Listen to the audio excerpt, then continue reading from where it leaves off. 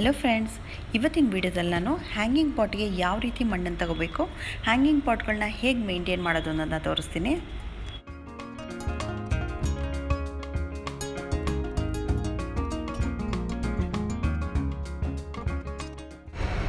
First ಇವತ್ತು ನಾನು ಯಾವ್ಯಾವ ರೀತಿ ಹ್ಯಾಂಗಿಂಗ್ ಪಾಟ್ಸ್ ಇರುತ್ತೆ ಅಂತ ಹೇಳ್ತೀನಿ. ಇದು ಕಾಯಿರಿಂದ ಮಾಡಿರೋವಂಥದ್ದು, ಅಂದರೆ ತೆಂಗಿನ ನಾರಲ್ಲಿ ಮಾಡಿರೋವಂಥ ಬ್ಯಾಸ್ಕೆಟ್ ಇದು.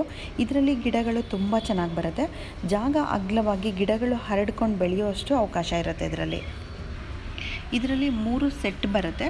ಕೆಳಗಡೆ ಮೆಟಲ್ ಬ್ಯಾಸ್ಕೆಟು, ಅದರೊಳಗೆ ಕಾಯಿರ್ ಬ್ಯಾಸ್ಕೆಟು, ಅದನ್ನು ಹ್ಯಾಂಗ್ ಮಾಡೋದಕ್ಕೆ ಮೆಟಲ್ ಚೈನ್ ಬರುತ್ತೆ. ನಾವು ಮಣ್ಣನ್ನೆಲ್ಲ ತುಂಬಿಸಿದ ಮೇಲೆ ಈ ಬ್ಯಾಸ್ಕೆಟ್ ತುಂಬ ಭಾರ ಆಗುತ್ತೆ. ನಾವು ಇದಕ್ಕೆ ಹಾಕೋ ಹುಕ್ಕು ತುಂಬ ಗಟ್ಟಿಯಾಗಿರಬೇಕು. ನಾವು ಡೈಲಿ ಇದಕ್ಕೆ ನೀರು ಹಾಕ್ತಾ ಇರೋದ್ರಿಂದ ಇದು 1.5 ವರ್ಷದಿಂದ 2 ವರ್ಷದ ತನಕ ಬಾಳಿಕೆ ಬರುತ್ತೆ ಈ ಬ್ಯಾಸ್ಕೆಟ್ಸು. ಇದು ಮೆಟಲ್ ಹ್ಯಾಂಗಿಂಗ್ ಪಾಟ್ಸು. ಈ ರೀತಿದು ಎಲ್ಲ ಕಡೆ ಸಿಗಲ್ಲ, ಸೆಲೆಕ್ಟೆಡ್ ಶಾಪ್ಗಳಲ್ಲಿ ಮಾತ್ರ ಸಿಗುತ್ತೆ.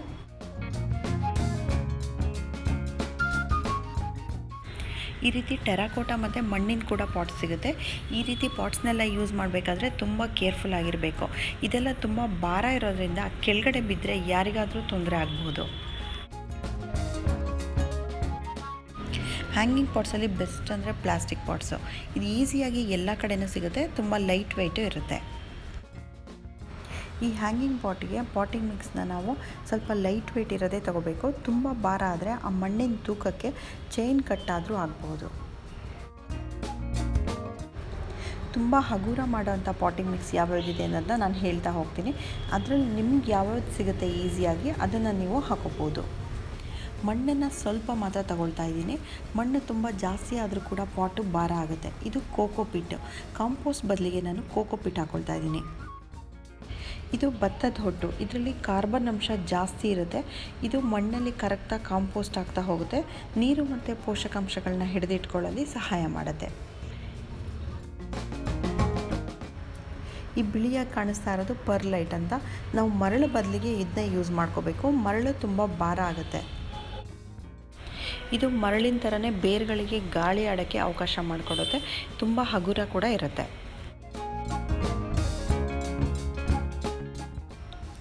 ನಾವು ಮೊಟ್ಟೆ ಮಾಡಿದಾಗಲೆಲ್ಲ ಅದರದ್ದು ಎಗ್ ಶೆಲ್ನ ನಾವು ಕಲೆಕ್ಟ್ ಮಾಡ್ಕೊಂಬಿಟ್ಟು ಮಿಕ್ಸಿಯಲ್ಲಿ ಪುಡಿ ಮಾಡಿಬಿಟ್ಟು ಅದನ್ನು ಪಾಟಿಂಗ್ ಮಿಕ್ಸಿಗೆ ಯೂಸ್ ಮಾಡ್ಕೋಬೋದು.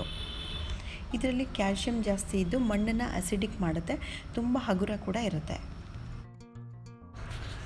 ಇದಿಷ್ಟರಲ್ಲಿ ನಿಮ್ಗೆ ಯಾವ್ದು ಈಸಿಯಾಗಿ ಸಿಗುತ್ತೆ ಅದೆಲ್ಲ ಮಿಕ್ಸ್ ಮಾಡಿಬಿಟ್ಟು ಪಾಟಿಂಗ್ ಮಿಕ್ಸ್ನ ರೆಡಿ ಮಾಡ್ಕೋಬೇಕು. ನಾವು ಹ್ಯಾಂಗಿಂಗ್ ಪಾಟಲ್ಲಿ ಗಿಡ ಹಾಕಬೇಕಾದ್ರೆ ನೆನಪಲ್ಲಿ ಇಟ್ಕೊಂಡಿರಬೇಕಾಗಿರೋ ಫಸ್ಟ್ ಪಾಯಿಂಟ್ ಯಾವುದು ಅಂದರೆ, ನಾವು ಎಲ್ಲಿ ಆ ಪಾಟ್ನ ಹ್ಯಾಂಗ್ ಮಾಡ್ತಾಯಿದ್ದೀವಿ ಅಂತ, ಬಾಲ್ಕನಿಯಲ್ಲೋ ಅಥವಾ ಮನೆ ಮುಂದೆನೋ ಎಲ್ಲಿ ಹ್ಯಾಂಗ್ ಮಾಡ್ತಾಯಿದ್ದೀವಿ ಅಲ್ಲಿ ಬಿಸಿಲು ಎಷ್ಟು ಬರ್ತಾಯಿದೆ ನೋಡ್ಕೋಬೇಕು. ಇವಾಗ ನಾನು ತೋರಿಸ್ತಾ ಇರೋದು ಟರ್ಟಲ್ ವೈನ್ ಅಂತ. ಇದು ಇಂಡೋರಲ್ಲಿ ಕೂಡ ಬರುತ್ತೆ, ತುಂಬ ಬಿಸಿಲು ಬೀಳೋ ಅಂಥ ಜಾಗದಲ್ಲಿ ಔಟ್ಡೋರಲ್ಲಿ ಕೂಡ ಬರುತ್ತೆ.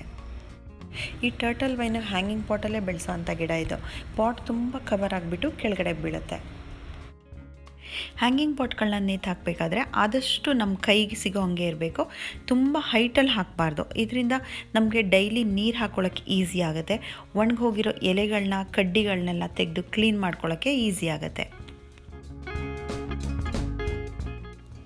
ಬಾಲ್ಕನಿಯಲ್ಲಿ ಬಿಸಿಲು ಜಾಸ್ತಿ ಬೀಳ್ತಾ ಇಲ್ಲ ಅಂದರೆ ಅಂಥ ಕಡೆ ನೀವು ಶೇಡ್ ಲವಿಂಗ್ ಪ್ಲ್ಯಾಂಟ್ಸ್ನೇ ಹಾಕಬೇಕಾಗತ್ತೆ. ಅಂದರೆ ಬರೀ ನೆರಳಲ್ಲೇ ಬೆಳೆಯುವಂಥ ಗಿಡಗಳಿರುತ್ತೆ, ಅಂಥ ಗಿಡಗಳನ್ನ ಹಾಕಬೇಕಾಗತ್ತೆ.